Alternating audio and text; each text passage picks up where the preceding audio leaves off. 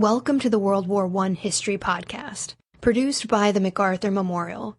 We invite you to follow us on Twitter at MacArthur1880 or find the General Douglas MacArthur Memorial on Facebook. This podcast was sponsored by the Ernst and Gertrude Tico Charitable Foundation.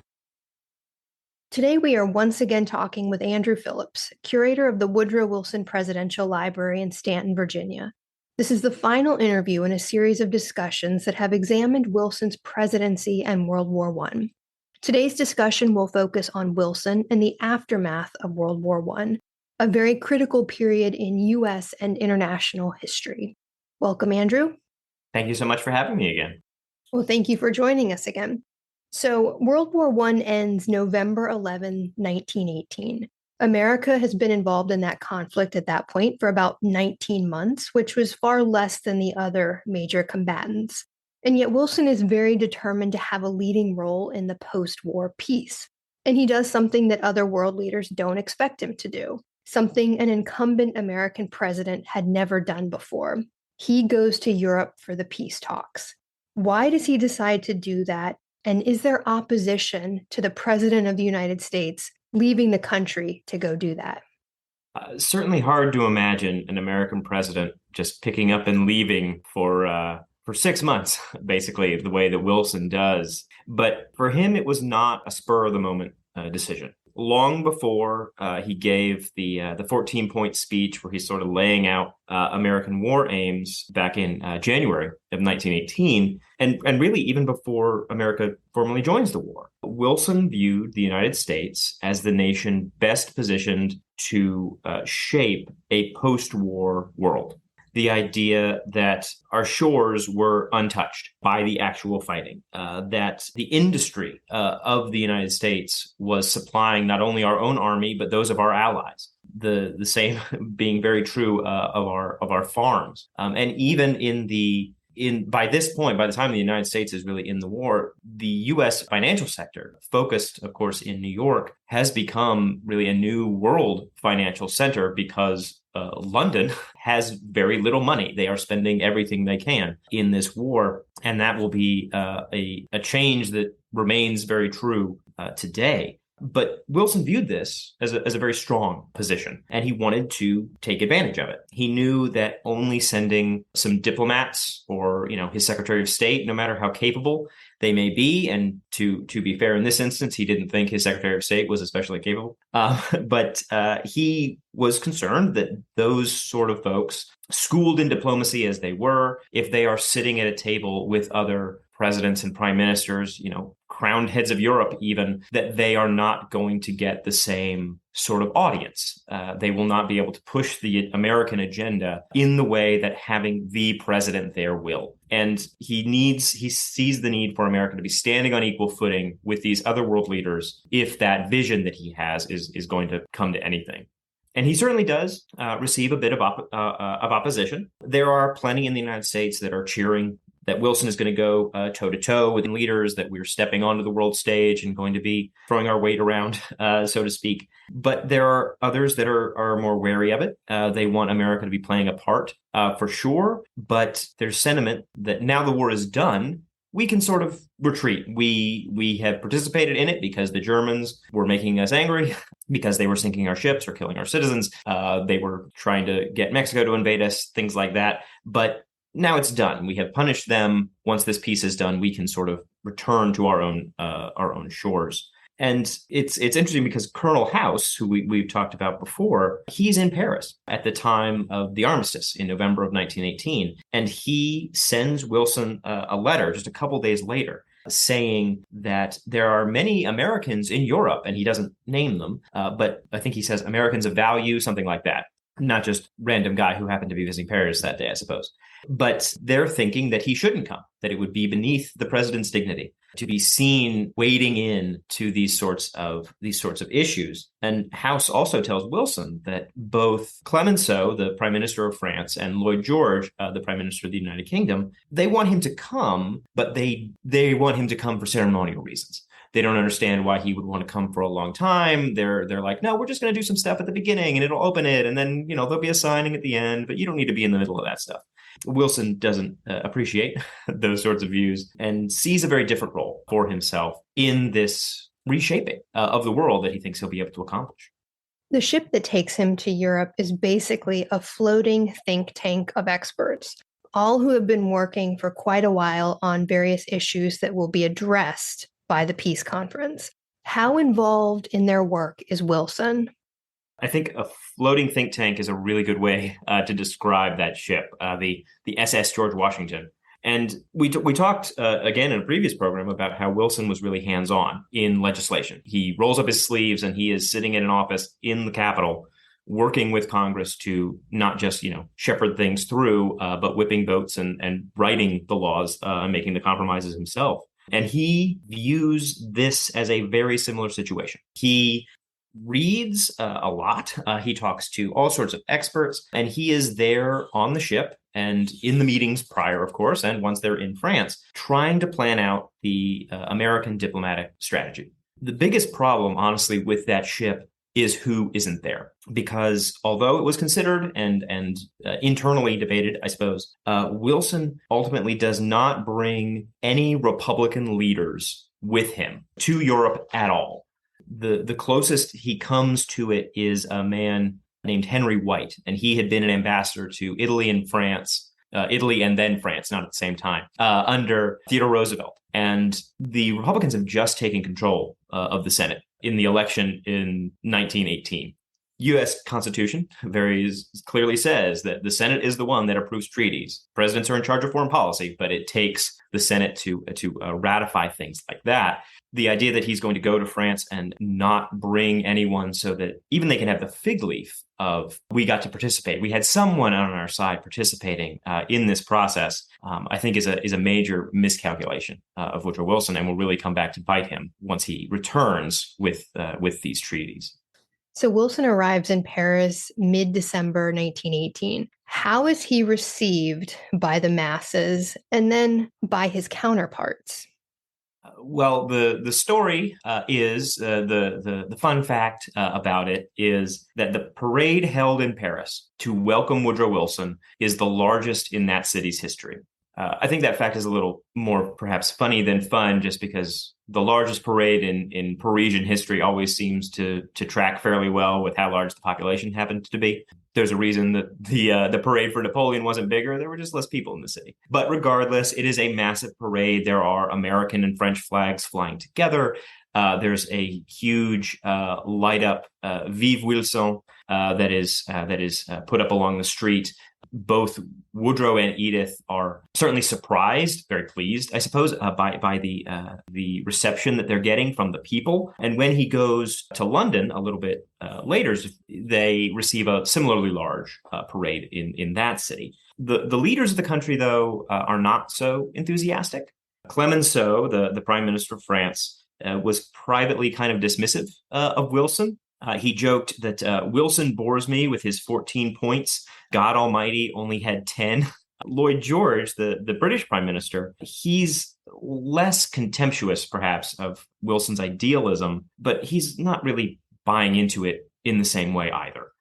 He would later describe the peace conference, his position at the peace conference, as sitting between Jesus Christ and Napoleon, with Wilson and his idealism being the Jesus figure, and Clemenceau and his desire to really punish Germany being the Napoleon. But it's not surprising, I think, that no matter what country they're coming from, but every leader, every delegation is coming with their own agenda. It's hard to say if Wilson feels that the strength of his ideals is going to just overawe everyone, but you can say lots of nice things, but that doesn't mean that the Greeks are not going to want areas of Anatolia that have Greek populations. There's limits to that idealism, and it runs into the practical needs, the practical desires, and in some cases, desire for revenge that will be found in a number of the European leaders. Now, he'll travel to England and then Italy, then to Vatican City to meet with Pope Benedict XV, and then back to Paris for the actual opening of the peace conference in January 1919. Now, in late February, he then returns to the United States for a little while, but then by early March, he's back in Paris again, and he makes a trip to Belgium and then again back to Paris. It's a punishing schedule. What is he doing during this time? And what is his goal at this point? To convince these other people, these other leaders of his ideals, or what's going on here? So part of Wilson's travels at the end of 1918, particularly to the UK and to Italy, are because he didn't really have other things to do. He gets to France, and they're still not ready to begin. And so there's a little bit of a lag time. And there's other delegations coming. I mean, people are coming from all over the world. The U.S. has a slightly shorter trip than, for instance, Japan. But there's still some time before things really start. And so Wilson takes advantage of this delay, and he visits England, and that includes Carlisle, and he visits the home where his mother was born, and he goes to Italy. There's a big parade in Rome. He's made an honorary citizen of that city as well, but he's not going. He's not going for the parades, or at least I hope he's not just for the parades, but he is showing Europe what an American leader looks like. He is also, I think, making a not so subtle attempt at telling the other European leaders, look, I'm going to your capital cities. Look at the reception I'm getting. I am, or at least the United States is, very popular in this moment. And I think he's hoping to strengthen his bargaining position as much as he possibly can. While in Paris, his goal, though, is to be participating in those negotiations himself. The conference was originally set up around what they called the Council of 10, which was the leaders and foreign ministers of the 5 biggest, most important members of the winning side: the United Kingdom, the United States, Italy, France, and Japan. But the Council of 10, dissolve is not the right word, but it sort of devolves perhaps into the Council of 4, what we sometimes think of as the Big Four, where it was just the leaders of the UK, Italy, France, and the United States. This body was the be-all, end-all. There would be plenty of negotiations and compromises made, votes taken lower down by other world leaders, by the foreign ministers and the diplomats who would come. But any real disagreement would have to be approved by those 4 leaders. It does seem, and there's some truth to it, that Japan kind of gets pushed to the side. And there is certainly an element of that. There is some truth to it. But there is also an element of the Japanese saying, why does it matter to us what the borders of Albania are? The Japanese are there and don't really want to be wading in to these minute little details about European affairs. Why should they concern themselves with that? But also, why should they potentially create any sort of diplomatic backlash for them when otherwise their real focus is on East Asia, of course, and the Pacific? But it is really that Council of 4, that Big Four: Wilson, Clemenceau, Lloyd George, and Vittorio Orlando, who's the Prime Minister of Italy. And they meet very frequently. Wilson butted heads with all of them at different times. But ultimately, it's going to be France's vision of the post-war world that will most conflict with what Wilson hopes to do. There's a wonderful quote by the British diplomat Harold Nicholson, and he wrote, "Had the Treaty of Paris been drafted solely by the American experts, it would have been one of the wisest as well as the most scientific document ever devised." So what goes wrong in the end here? Is Wilson satisfied in the end with the Treaty of Versailles? I really like that quote, too. The treaties that come at the end of World War I are fascinating, both for what they do and what they could have done, I think. But the Treaty of Versailles is the one that stands for all of them. It's the one that we so identify with the whole end of World War I. In reality, the Treaty of Versailles is the peace with Germany specifically. There are 4 other major treaties that are being drawn up at the same time, one with the Ottomans, the Bulgarians, and then because Austria-Hungary has dissolved, there's a separate treaty for Austria and for Hungary.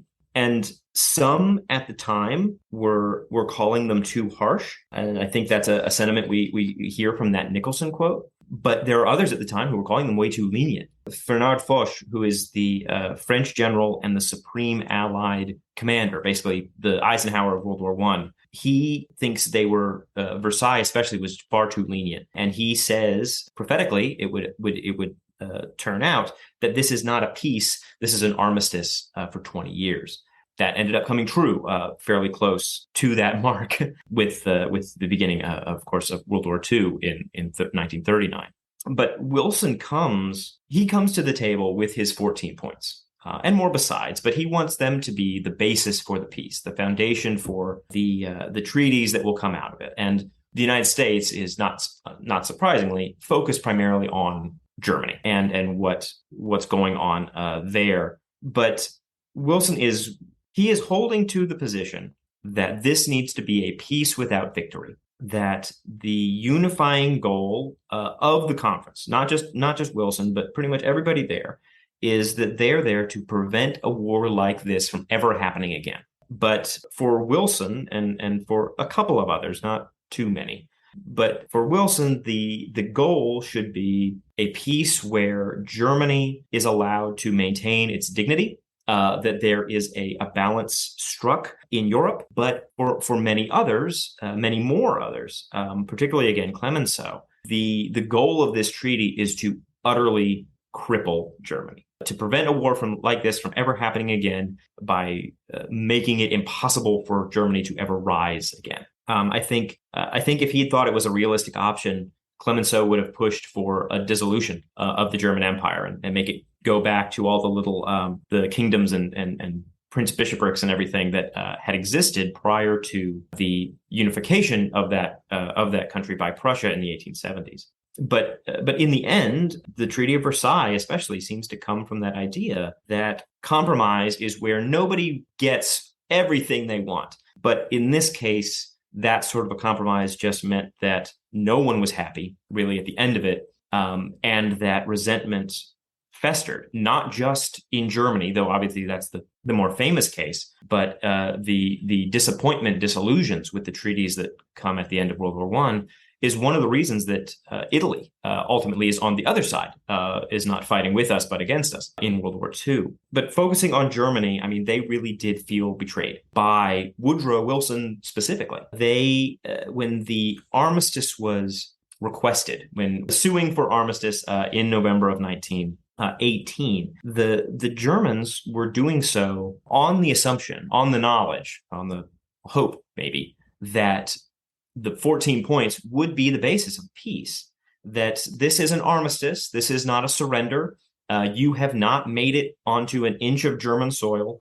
We are still strong in the East. The Russians had been knocked out of the war in no small part due to the Russian Civil War and the Bolsheviks. But Germany was just as exhausted as France. They were seeing this as a truce, much more than any sort of surrender. But once things got moving and there was significant social upheaval going on in Germany as well, the French were in a much stronger position and could be treating it as if it was a surrender as opposed to an armistice.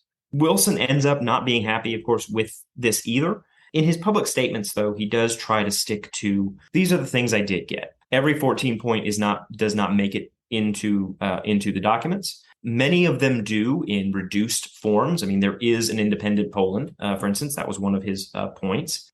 But the one he really focuses on, the one Woodrow Wilson, I think, really hangs his hat on, is the League of Nations. And the inclusion of that and the writing of the Covenant of the League of Nations is a big part of the Paris Peace Conference, and one that Wilson, again, takes a direct hand in. But of course, he can sign everything he wants. He can negotiate all he wants, but he's got to bring it back to the United States and get a Republican-led Senate to agree.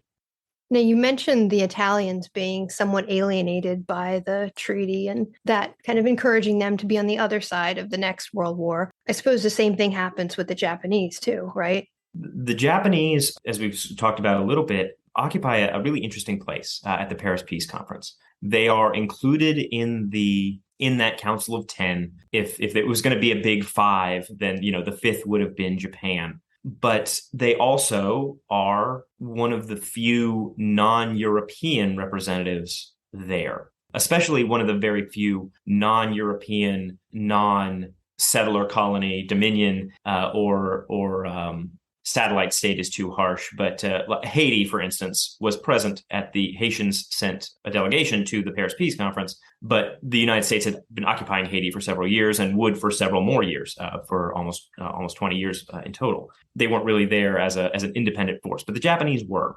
And they are supportive to a degree. Again, they're trying to keep their focus on their own sort of near abroad.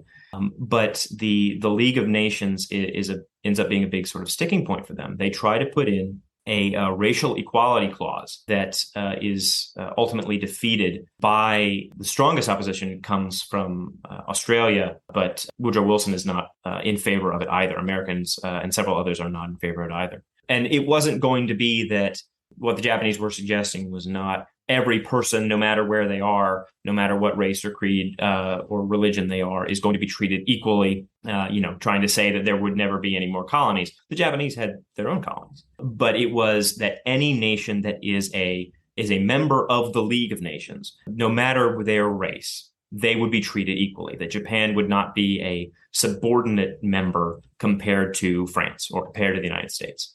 And this was voted down. And that was not something the Japanese certainly appreciated. And that is a not small element. There's lots, of course, going on beyond it. But one of the reasons that Japan, like Italy, is on the opposing side in World War II. Wilson returns to the United States in July 1919. And now he has to sell the Treaty of Versailles to Congress. And I think you've already set up for us that this is going to be a interesting task for him. So tell us, how does that go? It goes very poorly. It does not go well at all. Wilson faced significant opposition from Republicans, but not just from Republicans, from more than a few Democrats too.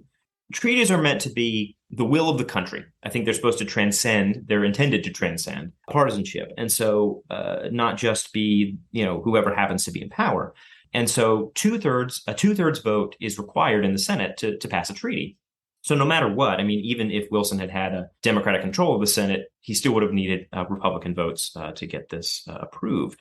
But when Wilson comes back, I'm sure feeling very triumphant, to the United States after being altogether almost 6 months abroad, he doesn't get the reception he wants in the Senate. There are about 40 senators. This is before Alaska and Hawaii were states, so there's only 96 senators. 40 of them are likely yes votes, that they might have some quibbles about little things, but they're in favor of this. They're supporting the president. They support the treaty. They support its aims. There are about that same number who are like, we need to make changes to it. We need to make significant changes to this. We're not just going to approve it. And there are 8 who absolutely reject it. They have no interest in it. They say that there's nothing that could be changed about it that would make them vote for it. So Wilson spends the next several weeks trying to make some compromises, but he won't really budge on anything significant. And there's 2 things, I think, behind that. One is you can't bring a treaty back and make huge changes to it and then just assume every other nation that already signed it is going to be like, okay, that's fine. You had to satisfy your Senate. We'll go along with X, Y, and Z. So he's sort of tinkering around the edges in even the compromises that he's offering. But the other piece of it is the signs of Wilson's changing, perhaps even declining mental state. His health was poor, and it was starting to affect his judgment. Why don't you tell us a little bit more about his health and then the final stage of his presidency? Wilson was never a very healthy guy. He had several strokes throughout his life. First, when he was 39, and then another again when he was 49. And historians and medical experts who have examined the records and even done things as minute as examining his signatures and how they change in this period look back at Wilson's time in France and believe that he had or may have had a small stroke, possibly a brain bleed, in late April, early May of 1919. There are several instances while in France where various world leaders are not participating for a day or a week or so. Clemenceau, for instance, there was an assassination attempt on him, and one bullet hit him in the back, and he was back. And he returned to the negotiating table, I think, within a week or two. But for Wilson, he was ill a couple of times, and the exactly what is happening is hard to diagnose. We have the records of his doctor. That's something that we hold here at the at the Woodrow Wilson Presidential Library. But even then, it's the medical science being what it was back then. We can't just take another look at a sample and say, oh no, it was this virus or it was this. But the small stroke and or brain bleed, and even if it wasn't those two things, it was something very serious happening in his inside of his head in that period, is changing him. And those around him notice, and Woodrow Wilson notices. He calls it that his brain is feeling leaky when he can't remember the details of a meeting that he was just in. And this is something that he's concerned about, rightly so. And this is certainly not helped by that punishing schedule that you mentioned, or the fact that almost every day, I mean, essentially except for Sundays, they are in meeting after meeting after meeting, and almost all of them are about something big. It may not be the thing that's going to reignite the war, but it really matters to the Albanians what's going to happen to their country. It really matters to the Belgians what's going to happen to their. It really matters to these people. And Wilson, as a power that is not attempting to gain any specific territory or anything like that, again, those sort of more idealistic names, he takes on a bit of a champion role for a lot of these small European, almost entirely European groups. And so is very much, he doesn't get downtime. We'll put it that way. But even when he gets back to the United States, I mean, it's the same thing. He is in fairly constant meetings with senators, sometimes one-on-one, sometimes in groups, trying to get this worked out. But after those efforts at compromise fail in the summer of 1919, Wilson decides, I need to take my case directly to the people. And he embarks on a schedule that is perhaps even more punishing by going on what is planned to be a month-long train trip around the country. He's focusing on the Midwest and the Western states. He believes that those are the senators who would be most swayed by a significant change in the opinions of their constituents. And again, with the exception of Sundays, every day on this trip, he is giving at least one, if not two or three major speeches every day. And this is for more than 3 weeks. And this is not including the whistle stops and the handshaking and the private little meetings that he happens to have, or the chat he has to have with the mayor of Minneapolis when he's in the car on the way to a venue, something like that. It is constant. And after speaking in Pueblo, Colorado, toward the end of September, he has a debilitating headache. It had been with him all day. He had spoken in Denver earlier that day, and it was still with him when he was speaking in Pueblo. And after that speech, he's sitting on the train, and his doctor writes how Wilson has developed a facial twitch, and that there is a drooping of the left side of his face. And so he convinces Wilson, with the help of Edith, with the help of his wife, who is there with them, that they need to stop the trip. He has to rest. You can come back to it later if you're feeling better, but you have to stop now. It takes some convincing, and Wilson eventually does return to D.C., but on October 2nd, he suffers a massive ischemic stroke. I think I'm saying that right. I won't pretend to be a doctor. But this is a stroke in the right hemisphere of his brain, affecting the left side of his body. He does not lose consciousness. He's not comatose or anything. But this is that period. We joke here at the Presidential Library that there's 3 things that people know about Woodrow Wilson. They know World War I, they know segregation, and they know that his wife was, quote unquote, president. And this is where that comes from. The idea that there is a conspiracy by a very small group close to Woodrow Wilson to make Edith into the secret president. And the first part of that is very true. There was absolutely a conspiracy. It was led by, or the main figures in it, I should say, are Edith, Dr. Grayson, again, the personal physician, and a man named Joseph Tumulty, who was, we would probably call him now a chief of staff, but back then he was called the president's personal secretary. And they work together with a very small handful of others, primarily like domestic, like the butler at the White House and things like that, to conceal from the public, from the press, and even from others in Wilson's own cabinet, the severity of his condition. But Edith, as secret president, maybe goes a little far. I think it's probably more accurate to call her the first female chief of staff, unofficial perhaps, but certainly the first time that has ever happened. To the best of, I guess, our knowledge, the only time that has ever happened. I sure hope the only time that has ever happened, that somebody like that, that somebody can just take power in that way, control power, perhaps is a better way again to say it. But Wilson, and again, Wilson is never comatose. He is an active participant in this conspiracy, but is so fatigued that even things like trying to read for more than 5 or so minutes are just utterly exhausting. And so, not surprising, it's difficult with those sort of limitations to maintain the office of the presidency, to do all the things that the president needs to do at a time when Wilson is fighting for his political life over this treaty and over the League of Nations. Wilson improves slowly. He was always able to speak. He didn't lose that. He was able to see and write, but he is never the same person again. Any instinct toward any sort of compromise is just gone. And when the stroke in the immediate aftermath of the stroke, he is essentially removed from the board.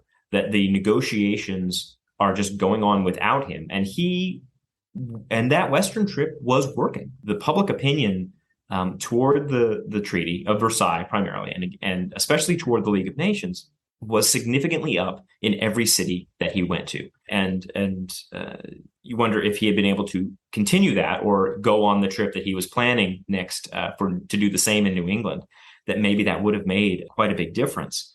But when one of the most powerful voices, one of the most strongest advocates for this is just totally removed from the board, it certainly doesn't help the attempt being made to get these through the Senate. And the treaty and the League are both voted down in November. At this point, Wilson is still bedridden.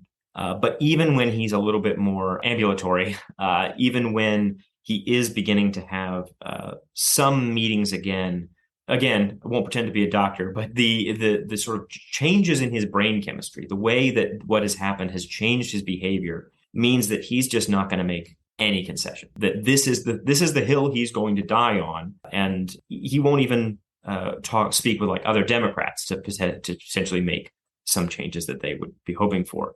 And so the final defeat of both happens in March of 1920. We talk about the League of the Treaty of Versailles and the importance of it after World War I, but the United States never signs it. It's not until Harding is president that a separate peace is concluded with Germany, and is quite a bit different than the high-minded idealism that Wilson had attempted to instill.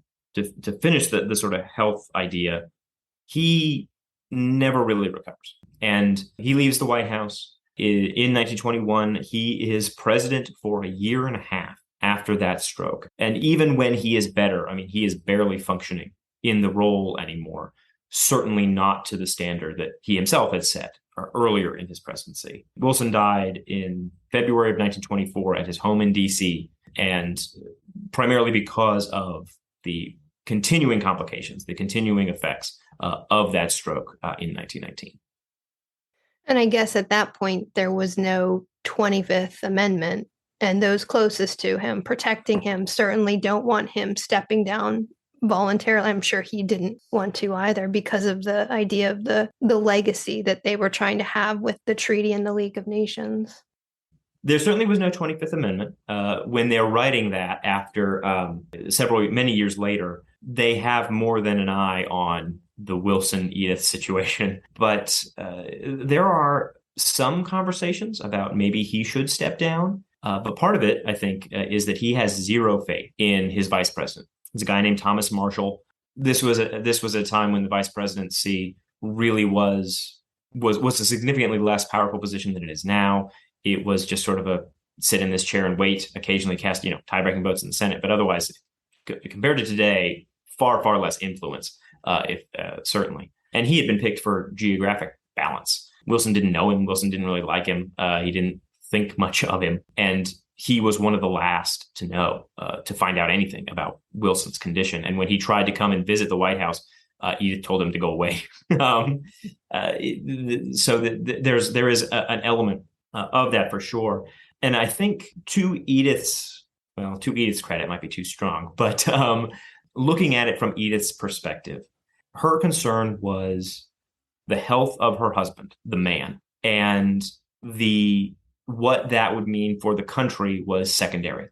And she thought that she writes herself later that staying in the position would help Wilson heal, would help Woodrow Wilson, would give him a reason to get better. That if all of a sudden he is both incapacitated essentially and has no say in anything anymore, that he would just decline and die. I can't speak to whether or not that would be true, but you'd like to hope, I suppose, that those sorts of needs are not going to be put ahead of the entire country, as well-meaning as they might have been. It's said that Washington fought a war to create a country. Lincoln fought a war to keep the country together. What is Wilson's legacy as a wartime leader? I'm not sure I can be as pithy as that, but Wilson's wartime legacy, and probably I think one of the most consequential things that comes out of his presidency at all, is America's new position on the world stage. It isn't solidified right away. The Harding, a Republican, fairly, shall we say, reactionary one, is as the pendulum often swings in American politics, it swings away from the idealism of Wilson, and Harding is elected in 1920. And the couple of presidents who follow him through the 1920s sort of refocus the United States inward. They do the thing that some were talking about. We fought this war. It's done. We can focus on ourselves, on our hemisphere, not just internally. We're still doing stuff in Latin America, for sure, but refocus primarily inward. Leave Europe to the Europeans.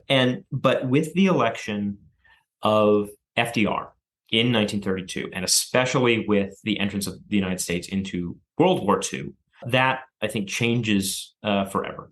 Every president since Franklin Roosevelt, Republican or Democrat, have maintained a Wilsonian internationalist view of what role the United States should play in the broader world. The sort of keystones of that being that America should be involved, that it shouldn't just restrict itself to its borders or its hemisphere, but also that America should endeavor to spread democracy, that it should support organizations that are fostering international cooperation. That those are good ideals that the United States should be championing. And for sure, presidents have gone about this in very different ways and with different rhetoric. Some hate the UN but love NATO, or vice versa, or sometimes they deal with it just in so many different ways. And we can certainly debate the success of that, of the broader views and of those specific policies. But I mean, the modern United Nations, the amount of American bases spread around the world, the intervention in the Balkans, even things like Iraq and Afghanistan.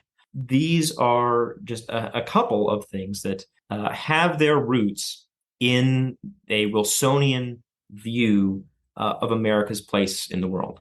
For good and or ill, I think that's really the key to Wilson's legacy, especially on the broader world stage. Would you like to share a little bit about the Wilson Library? Sure. I would happily do a shameless plug. We are a fairly small museum in the Shenandoah Valley, sort of northwestern part of Virginia. We're here in this place because it's where Wilson was born back in 1856, and we maintain the house where he was born, as well as a museum and archive that deal with the entirety of his life. My personal favorite item in the collection is Wilson's 1919 Pierce Arrow limousine. It is the oldest still working presidential car in the country. It's got a flat tire right now, so I can't drive it today. But when it works, when it doesn't have flat tires, we take it out every 6-8 weeks to keep it going, and we have it in parades here in town. But we really love all the folks who come and visit us. And I hope that if anybody out there listening finds themselves in Staunton, Virginia, or in the Shenandoah Valley, that they'll stop by and say hello. Well, thank you so much, Andrew, for joining us and sharing your expertise on Wilson. It was my pleasure. Thank you for listening. If you have questions, suggestions, or comments, we want to hear from you. You can find us on Twitter at MacArthur1880, on Facebook as the General Douglas MacArthur Memorial, or you can email MacArthurMemorial@norfolk.gov.